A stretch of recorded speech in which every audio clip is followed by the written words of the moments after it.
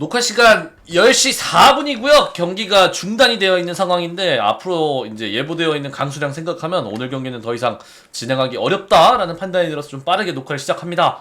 애초에 한 7회 정도부터 우리가 당연히 리드하고 있으니까 거기서 취소해주면 좋긴 하지, 중단해주면. 근데 비양이 상당히 많았는데 이걸 끌고 왔고, 어쨌든 심판진은 정규 이닝을 다 소화한 이후에 연장 들어가는 길목에서 중단을 선언을 했습니다. 최종 스코어는 아직까지는 정해지진 않았는데 아마 1대1 이렇게 경기가 끝날 가능성이 높고, 오늘 경기를 좀 살펴보도록 하겠습니다. 오늘 경기 여러분들 보시면서 코러빈이 어쨌든 오늘은 좀 괜찮았네. 6이닝 1피안타 4개의 4사구 였으니까 괜찮은데 이게 뭐가 달라졌을까에 대해서 우리가 조금 이렇게 좀 생각? 하다 보면 오늘은 좀 체감도 당연히 구렸어요. 오늘도. 예, 근데 이제 뭐가 좀 달라졌을까를 얘기를 하자면, NC 다이노스의 리그 타격을 이제 수치화하면 리그 중반으로 보시면 될 것 같아요. 딱 정중앙에 있는 팀이 지금 NC 다이노스거든요. 괜찮은 편이거든요. 실제 지금 나머지 경기들 타격도 그렇고. 그래서 오늘 좀 어려움을 겪겠다. 그리고 괜찮은 우타자들이 질비해 있으니까 좀 어렵겠다였는데 괜찮았습니다. 근데 이제 이 친구가 오늘과 지난 경기들과의 뭐가 달랐을까를 이야기를 하자면은, 오늘은 스트라이크의 공략 비율이 좀 굉장히 높지 않았나라고 생각을 합니다. 코러빈 선수가 여태까지 이번 시즌에 투구를 하면서 존 안에, 그러니까 스트라이크 존 안에 넣는 투구 비율이 37.4%였거든요.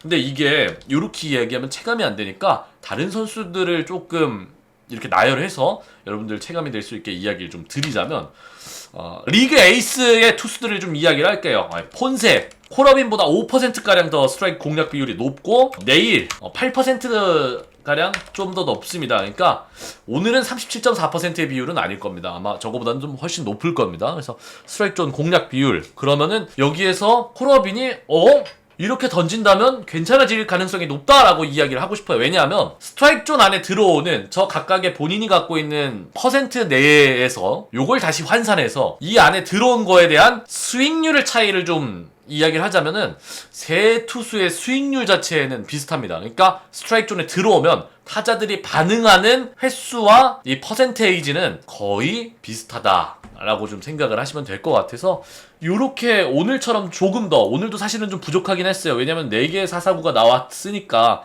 그리고 코러빈 특유의 반대 투구는 아직도 좀 고쳐지지 않고 있기 때문에 그거는 좀 정립을 해야 될 것 같고, 지금처럼 지금보다 더 스트라이크 존을 공략해 나가는 피칭이 이루어진다면 어쨌든 타자들이 반응을 하고 있기 때문에 삼진이 안 나오더라도 어쨌든 아웃 카운트를 처리할 수 있는 상황이 있는 것 같고요. 이제 스윙 대비의 컨택과 헛스윙률을 좀 확인을 해봤는데, 코러빈과 네일의 헛스윙률은 좀 비슷하고, 폰세 선수는 어쨌든 리그에서 지금 먹히는 완벽한 변화구를 갖고 있기 때문에 그거보다 헛스윙률이 훨씬 높습니다. 그러니까 컴패리즌을 네일로 갖고 가야 된다라고 좀 이야기를 하고 싶어요. 그래서 네일 선수가 어떤 식으로 KBO에서 성공했고 어떤 식으로 공을 던지는지, 어떤 레파토리를 갖고 있는지를 한번 좀 봤으면 좋겠어요. 코러빈 선수가 좋은 교보제가 될 가능성이 높다라고 이야기를 하고 싶고, 불펜진 이렇게 좀 오늘 좀 봤을 때 점차 안정화를 좀 찾아가는 느낌. 오늘 굉장히 유동적이었죠. 이제 좀 화가 나신 분들도 분명히 있는데, 김태균 어제 그 정도로 던졌으면 오늘 아예 안 던지는 게 맞지 않냐라고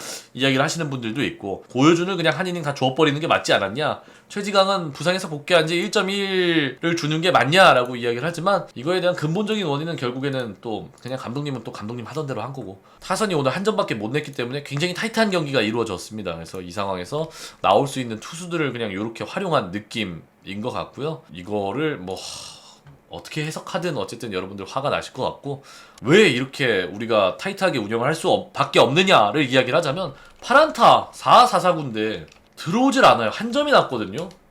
그러니까 못 불러들이는 거예요. 집에 안 들어가는 비행 청소년 맨키로 베어스는 현재 그렇게 가고 있고, 그럼 이게 결국에는 팬들이 생각할 수 있는 결론의 끝은 라인업의 문제다. 또 이걸로 갈 수밖에 없는 상황으로 이야기를 하고 있습니다. 뭐 전형적인 약팀이다 라고 채팅창에 올라오는데, 그렇죠. 사실 응집력, 집중력의 차이가 좀 아직까지도 계속 보여주고 있는 것 같고, 오늘 경기 보면서 진짜 감독님, 한 점을 내고 한 이닝을 막으면 이기는 경기에 한 경기당 그 포지션으로 10% 살짝 넘는 타구가 갈까봐 대타를 안 쓰는 거는 정말 구시대적인 야구라고 저는 생각을 합니다. 8회 조수행 선수 타석에 왜 그걸 밀어붙였을까? 그쪽으로 타고 갈 확률보다 조수행 선수가 점수를 못 낼 확률이 더 높지 않았을까요? 야구는 확률 싸움인데. 그러니까 이렇게 얘기하자면 이 이야기를 하고 싶어요. 이게 감독님이 시즌 시작 전 스프링 캠프에서 항상 이야기하던 공, 이 뜻이 과연 맞는가? 이게 성립하는가를 좀 이야기를 하고 싶고, 이제는 좀 이야기를 좀 해야 될 것 같은데요. 양석환 선수랑 이제 김지환 선수는 우리가 시즌 내내 얘기를 했고, 그게 좀 어려움을 계속 겪고 있는데, 이제 제이크 케이브 선수가 또 이번에 들어가서 중점적으로 뛰고 있는데, 거기에서 어쨌든 만들어내질 못하고 있으니까 점수가 더 안 나는 게 맞습니다. 그게 맞아요. 최근에 이제 케이브 선수 뭐 어떻게 해야 된다를 계속 얘기가 나오고 있는데, 아직은 모르겠고, 일단은 이렇게 봤을 때는 점차적으로 명확하게 약점이 좀 드러나오고 있는 느낌이라 요거 빨리 피드백 들어가서, 특히 하단에 떨어지는 변화구에 대해서 갑자기 이 선수가 참아내질 못하고 있거든요. 그러다 보니까 상대 투수들이 집중적으로 유리한 카운트에 던지고 있어서 그거 약점 보완해야지 KB도 KBO에서 더 좋은 성적을 만들어내지 않을까라는 생각을 갖고 있습니다. 현재 아직까지도 5천 중단이고요. 아마 저대로 끝날 가능성이 높아서 녹화를 좀 미리 해봤습니다. 내일 경기 끝나고 다시 찾아올 건데요. 그래도 우리가 올해 이 야구 안 볼래라고 했던 분들이 그래도 라고 생각하는 거는 오명진 선수와 임종성 선수가 거의 뭐 고액 탈세자처럼 지금 야구를 하고 있습니다. 고맙습니다. 보는 맛이 삽니다. 내일 여러분 경기 더 가까워할 거예요. 왜냐면 내일 선발 투수가 피홈런을 맞으면 절대 이길 수 없는 투수거든. 화이팅! 원준초이! 파이팅! 네, 여기 있습니다.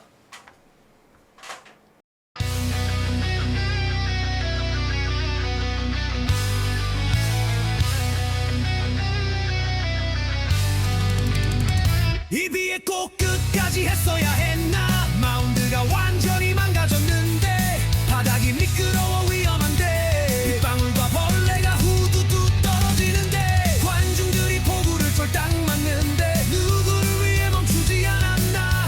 누구를 위해 끝까지 한 건가. 안전은 무슨 아무 생각도 없구나.